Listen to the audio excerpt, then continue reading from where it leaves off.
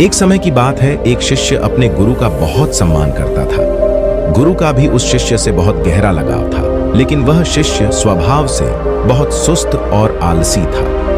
वह अपनी पढ़ाई के प्रति बहुत लापरवाह था।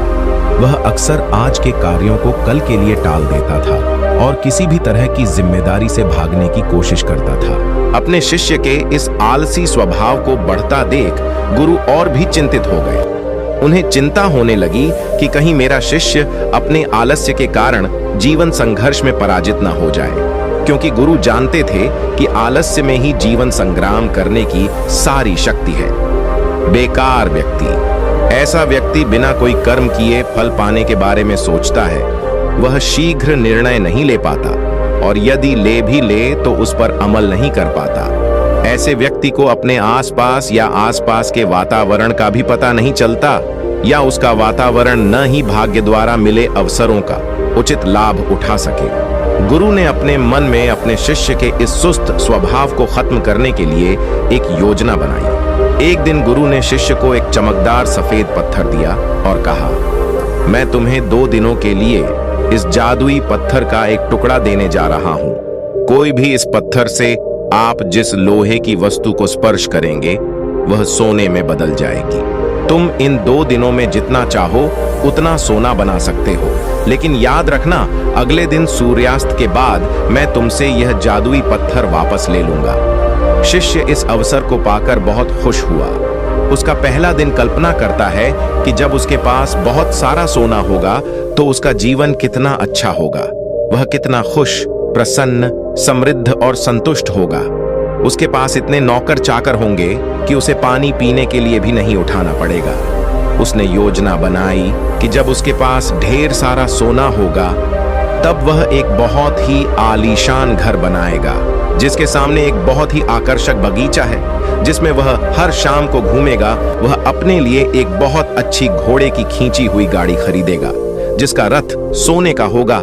उसके कई अंगरक्षक और नौकर होंगे और उन सभी को आदेश देगा। यह सब सोचते हुए वह उस रात सो गया। फिर अगले दिन सुबह जब वह उठा तो उसे अच्छी तरह याद आया कि आज लोहे से सोना बनाने का दूसरा और आखिरी दिन है। उसने अपने मन में पूरे निश्चय के साथ संकल्प लिया कि आज वह गुरुजी द्वारा दिए गए जादुई पत्थर का लाभ अवश्य उठाएगा। उसने निश्चय किया कि वह बाजार जाएगा और वहां से लोहे की बड़ी बड़ी वस्तुएं खरीदेगा और उन्हें सोने में बदल देगा। दिन बीत गया, पर वह सोचता रहा कि अभी तो बहुत समय है, कभी भी बाजार जाकर सामान ले आऊंगा। यह सोचकर दोपहर हो गई, इसलिए उसने निश्चय किया कि दोपहर का भोजन करने के बाद वह सामान लेने निकलेगा। लेकिन खाने के बाद उसे आराम करने की आदत थी और उठकर मेहनत करने के बजाय उसने आराम करना उचित समझा। थोड़ी देर, लेकिन सुस्ती से भरा उसका शरीर जल्द ही गहरी नींद में खो गया था और जब वह उठा तो सूर्यास्त के करीब था। अब वह तेजी से बाजार की ओर भागा, लेकिन रास्ते में उसे गुरुजी मिले। गुरुजी को आते देख वह सहम गया। जैसे ही गुरुजी उसके पास पहुंचे, वह उनके चरणों में गिर पड़ा और गिड़गिड़ाते हुए उस जादुई पत्थर को अपने पास रखने की याचना करता रहा। एक और दिन, लेकिन गुरुजी नहीं माने और उस शिष्य का अमीर बनने का सपना चकनाचूर हो गया। लेकिन इस घटना से शिष्य को एक बड़ी सीख मिली। उन्हें अपने आलस्य पर पछतावा होने लगा। उन्होंने समझा कि आलस्य उनके जीवन के लिए एक अभिशाप है और उन्होंने प्रण किया कि अब वे अपने काम से कभी हार नहीं मानेंगे और अपने आप को एक मेहनती, सतर्क और सक्रिय व्यक्ति दिखाएंगे। दोस्तों, काम को टालना एक आदत है और ये आदत हम खुद बनाते हैं। आदत एक धागे की तरह होती है जिसका एक आवरण आसानी से टूट जाता है, लेकिन अगर एक ही धागे को कई बार लपेटा जाए तो उसे तोड़ना मुश्किल हो जाता है। हाँ, इसी तरह किसी बुरी आदत को शुरुआत में बदलना आसान होता है, लेकिन महीनों या सालों बाद उसे बदलना बहुत मुश्किल हो जाता है। फिर अगर आप अपनी आदतों को बदलना चाहते हैं तो आपको लंबे समय तक प्रयास करना होगा। समय पूरे धैर्य के साथ मनुष्य अपनी आदतों का गुलाम है। हमारी आदतें हमें बनाती और बिगाड़ती हैं। हमारी आदतें कितनी शक्तिशाली हैं और वे हमें कैसे नियंत्रित करते हैं।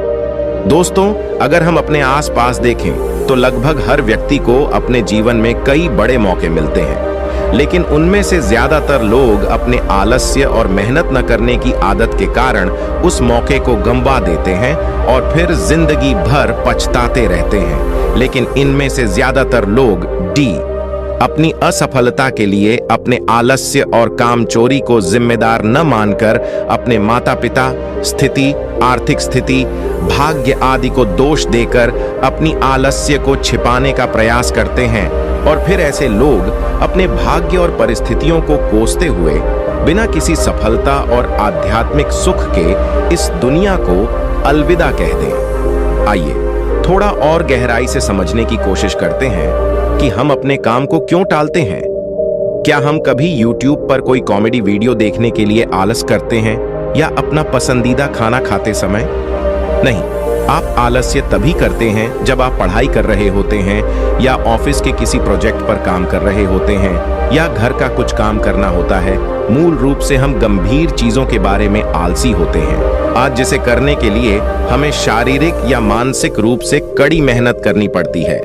अब अगर आप काम को टालने से बचना चाहते हैं तो इससे आपको बहुत मदद मिलती है। काम की समय सीमा, काम पूरा करने का एक निश्चित समय या एक निश्चित तारीख। मान लीजिए कि आप एक कार्यालय कर्मचारी हैं और आपके बॉस ने आपको एक कार्य दिया है जिसे आपको कल तक पूरा करना है, तो आप पूरा दिन आलस्य में यह सोचकर व्यतीत कर सकते हैं कि अभी भी एक पूरा दिन शेष है, लेकिन तब आप रात भर जाग कर उसे पूरा कर लेंगे। प्रोजेक्ट, क्योंकि कल आपको वह प्रोजेक्ट देना है, क्योंकि कल के बाद आपके प्रोजेक्ट का कोई महत्व नहीं रह जाएगा। तो यहाँ उस काम को टालते हुए भी समय पर पूरा किया, क्योंकि यहाँ आपके सामने डेडलाइन थी, फिक्स टाइम था और काम पूरा हो गया। काम करने का यह तरीका आप अपने दैनिक जीवन में भी अपना सकते हैं कि अगले 1 घंटे या 1 दिन में मुझे इस काम को पूरा करना है। काम को टालने से बचने का ये बहुत अच्छा तरीका है। मैं खुद भी इस तरीके का इस्तेमाल अपने रोजाना के काम को करने के लिए करता हूँ। समय पर कार्य। दोस्तों, हम क्या करना चाहते हैं और अभी क्या कर रहे हैं, अगर इन दोनों में बहुत ज्यादा फर्क है तो हमारे अंदर एक लड़ाई शुरू हो जाती है। तो यह हमारे अंदर तनाव और अशांति पैदा कर देती है। आलस्य एक ऐसी चीज है जो इंसान करता तो है लेकिन करने से कभी खुश नहीं होता। मान लीजिए आज आपको कोई काम करना था, लेकिन आपके दोस्त आए और बोले भाई चलो घूमने चलते हैं, मौज करते हैं, और तुम निकल जाते हो उनके साथ घूमने के लिए। आप दिन भर घूमते हैं लेकिन आपके दिमाग में हर वक्त यही चलता रहेगा कि मुझे आज वो काम करना था, वो काम छूट गया, और इसी सोच की वजह से आप उस पूरे दिन को ठीक से एंजॉय नहीं कर पाएंगे और शाम को जब आप घर वापस आएंगे तो उस काम को करने को लेकर आपको पहले से ज्यादा स्ट्रेस होगा। तो इस तरह से आपका काम भी नहीं हो पाएगा। हो जाए न मौज मस्ती कर पाए और पूरा दिन भी बीत गया। यहाँ तो अच्छा होता, यहीं अच्छा होता। आलस न करते तो पहले अपना काम करते और फिर बाद में घूमने चले जाते, तो जरूर तुम अधिक आनंद ले सकते हैं और तनाव मुक्त रह सकते हैं। एक बात और गौर करने वाली है कि काम को टालने से हमें ग्लानि होती है। जब काम टालने से हमें खुशी नहीं मिलती तो काम क्यों टालते हैं? इसके पीछे 5 बड़े कारण हैं। पहले तो आपको जो काम करना है और उस काम का जो फल आपको मिलेगा, अगर उस काम का फल मिलने की संभावना बहुत कम है तो आप उस काम को टालने की कोशिश करेंगे, क्योंकि आप में उस काम को करने की प्रेरणा कम हो जाती है। दूसरा, कोई ऐसा काम जो आपकी आवश्यकताओं के अनुरूप न हो या आपको वह काम करना अच्छा न लगे तो आप उस काम को टालते चले जाएंगे। तीसरा कारण, यदि यह आपके लिए आवश्यक नहीं है या करने का कोई बड़ा कारण नहीं है तो आप उस कार्य को टालते रहेंगे। चौथा, यदि हमें किसी काम को तुरंत करने का लाभ मिल जाए तो हम उस काम को करने से ज्यादा उस काम को करने के लिए उत्साहित होंगे जिसका हमें काफी समय बाद लाभ मिले, और फिर हम ऐसी चीजों से बचने की कोशिश करते हैं। 5वां, असफलता का डर। अगर किसी काम में हमारे असफल होने की संभावना अधिक है तब भी हम उस काम को टालने की कोशिश करते हैं। अब सवाल उठता है कि काम टालने की इस आदत से कैसे बचा जाए। देखिए, अगर किसी काम को करने में ये 4 चीजें आपको मिल रही हैं तो आप हर हाल में वह काम करेंगे। पहला, मनचाहा परिणाम। दूसरा, आपके पास उस काम में सफल होने के पूरे चांस हैं। तीसरा, जो अभी लाभ मिल रहा है। काम करने के बाद आपको अधिक लाभ मिलना शुरू हो जाएगा। और चौथा, जब काम का फल तुरंत मिल जाए या काम खत्म होते ही आपको फायदा हो जाए। अब बात करते हैं उपाय की। काम को टालने की आदत से कैसे बचें? तो इसके लिए आप पहले एक पेन और पेपर लें और खुद से पूछें और लिखें कि मैं काम क्यों टाल रहा हूं। ऐसा करने से आपको काम टालने का कारण पता चल जाएगा और कारण पता चलते ही आपकी आधी समस्या यहीं खत्म हो जाएगी। उदाहरण के लिए, यदि आप एक कार्यालय कर्मचारी हैं और आप काम को टाल रहे हैं क्योंकि आपके पास अपने काम के लिए प्रेरणा नहीं है, तो आपको यह पसंद नहीं है या आप सोचते हैं कि मैं इतना बड़ा काम क्या कर रहा हूं, मेरे बिना काम के भी कंपनी का काम चल रहा है, तो कागज पर लिखो कि नौकरी से निकाल दिया तो। यदि आप बेरोजगार हो जाते हैं तो क्या होता है? आपको कितनी परेशानियों का सामना करना पड़ेगा। यदि आप एक छात्र हैं और सिर्फ इसलिए पढ़ाई टालते रहते हैं क्योंकि आप जानते हैं कि आप पहली रैंक प्राप्त नहीं कर सकते, तो आप पढ़ाई में बहुत अच्छा नहीं कर सकते। फिर कुछ काम करो जिसमें तुम हो, आपको विश्वास है कि आप बहुत अच्छा कर सकते हैं, उसमें अपना नाम बना सकते हैं। अगर आप किसी बड़ी परीक्षा की तैयारी कर रहे हैं और आपका इनाम 1-2 साल बाद आने वाला है, तो अपने काम को छोटे छोटे चरणों में बांट लें और हर कदम को पूरा करने के बाद खुद को इनाम दें। इससे आप अपने काम के प्रति लगातार प्रेरित हो पाएंगे। अगर आप किसी काम को सिर्फ इसलिए टाल रहे हैं या आप कोई बड़ा फैसला सिर्फ इसलिए नहीं ले पा रहे हैं क्योंकि आप उस काम में असफल नहीं हो रहे हैं, तो एक बात हमेशा याद रखें कि असफल होने से बड़ा पाप कोशिश नहीं करना है। क्योंकि अगर आप कोशिश नहीं करते हैं, आज आप जीवन भर पछताते रह जाओगे कि काश एक बार कोशिश की होती।